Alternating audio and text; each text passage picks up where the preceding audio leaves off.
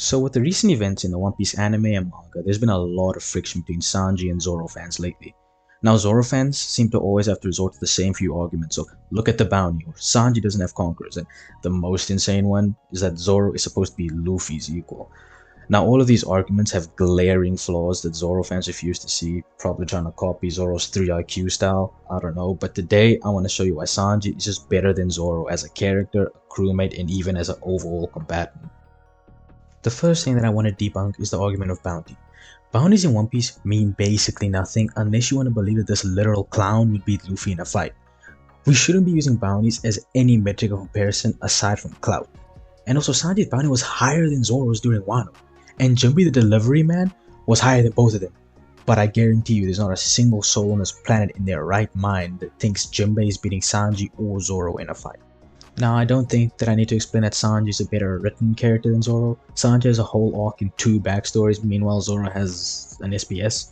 So yeah, that shouldn't even be a debate since the only writing Oda has given Zoro is that the person he lost to 2,000 plus times is a stairs victim, and all Zoro does after this is aura form to make up for that. Okay, so now that we have that out of the way, let's get to the main course of the video. Sanji is just straight up the better crew member, and honestly, as a combatant, Sanji might just be better too. Now what I mean by this is not that Sanji is necessarily stronger than Zoro, but instead that fighting is literally all that Zoro has. Meanwhile Sanji, who is consistently portrayed as equal to or only marginally weaker to Zoro, has fighting ability, can protect the crew when Luffy isn't there, and Sanji is a master of espionage and tactical thinking. This even links back as to why Sanji's bounty is lower too, because Sanji moves in secret to get the job done and doesn't need recognition as long as he's done his job. Like I'm telling you right now, if the world government knew Sanji was the one who took out the Unluckies, one of Crocodile's main information networks, and that Sanji was directly responsible for even getting the Straw Hats in position to beat Crocodile in the first place, since he got the Eternal Post to Alabasta and tricked Crocodile and he beat Mr. 2, his bounty would skyrocket. Now moving on to Water 7 and Enies Lobby, I think you all know what I'm finna talk about first.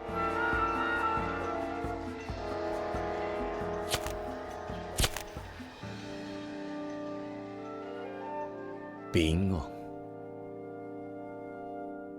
Now on the sea train, Sanji runs a gauntlet through the sea train, which is stated to have sufficient military might, and Sanji is just soloing these cars by himself and he saves Usopp and Frankie. This is crucial since saving Usopp helped us enlist the help of the one and only Sogeking, and Frankie and Sogeking were massive factors in escaping Enies Lobby. And on the sea train, we see Sanji lead Frankie and Sogeking and come up with a tactical plan for how they're gonna storm the sea train, and they listen without question. One could say Sanji is a natural born leader. Now Sanji, instead of taking on needless battles since he knows that he's working with a small group and has a large force to take on, strategically gets rid of about 50 marines by severing those train cars, showing how Sanji, instead of being a brute force meathead with one purpose, can actually use his brain to great effect. Then, after Sanji and a few good men take out the whole sea train, he pulls up on CP9, squares up on Lucci, almost KOs Bluno through his iron body to the point that Kaku has to step in and sneak him. Then, after Frankie separates the train cars for them to escape, Bluno has to sneak Sanji in order to make sure he can get Robin. I don't know about y'all, but it seems to me like Sanji is too much of a threat for any of them to deal with alone aside from maybe Lucci. Now on the Enies Lobby, where Sanji's moral code causes him to get beat up by Cauliflower at first, and this shows how Sanji refuses to go back on his morals even if he dies. Now to everyone who doesn't like that Sanji doesn't hit women, I gotta ask, what's wrong with you? All I'm hearing is misogyny in these statements. Why do you want him to hit a woman so bad? That looks like a you problem to me. I don't see what Sanji's doing wrong.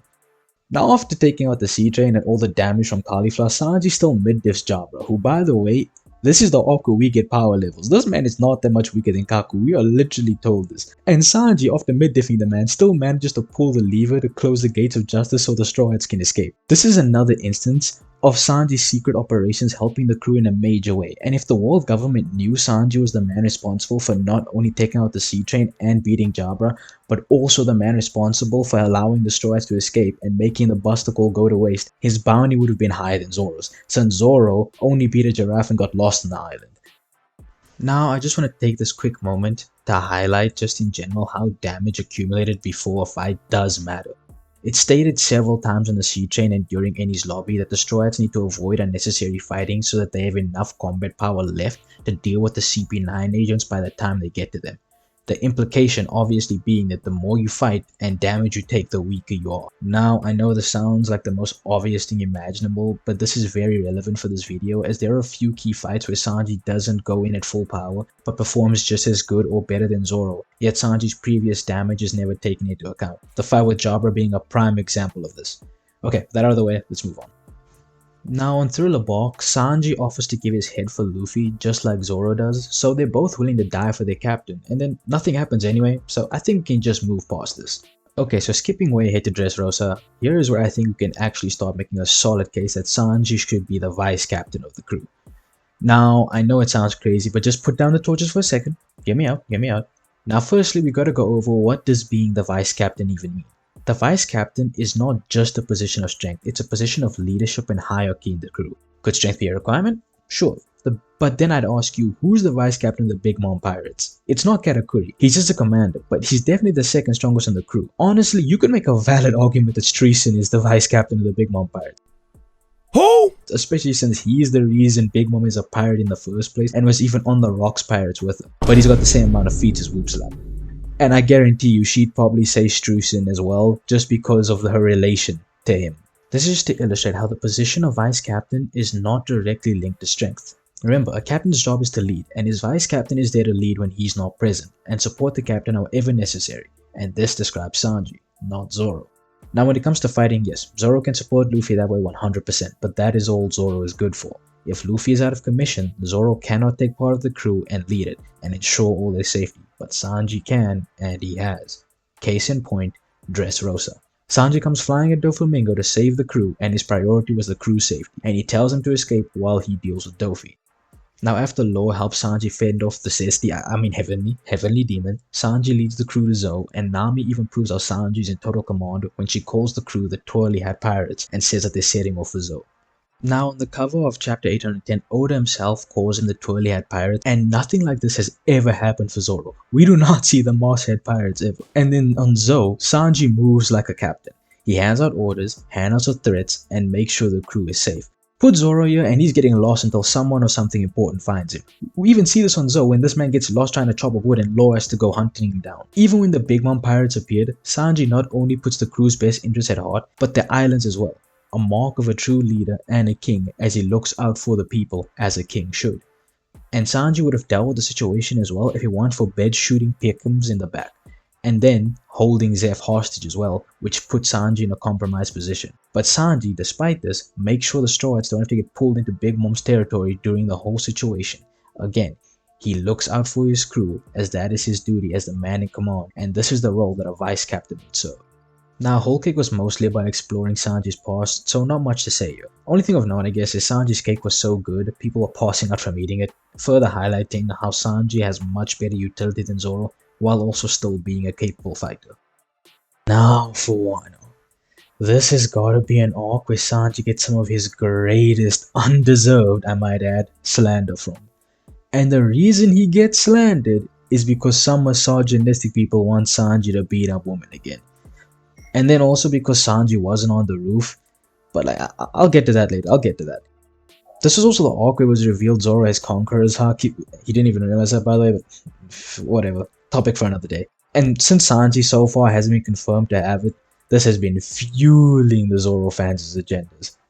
Now for Sanji not being on the rooftop, I have to ask you this. Why would he be? The story Oda wanted to tell was the worst generation versus the Emperors. Sanji is not part of that. Why would he be on the roof? There's no reason for him to be on the roof. But even though he wasn't on the roof, do you understand what Sanji was doing during this raid? He did more than his part. First he tries to free Momo, but he got spotted. Then he clashes with King, right, before the whole Maria situation. Then he gets injured by Maria, and after this, while injured, he protects Zoro and everyone on the performance floor while fighting off King and Queen. He held it down by himself.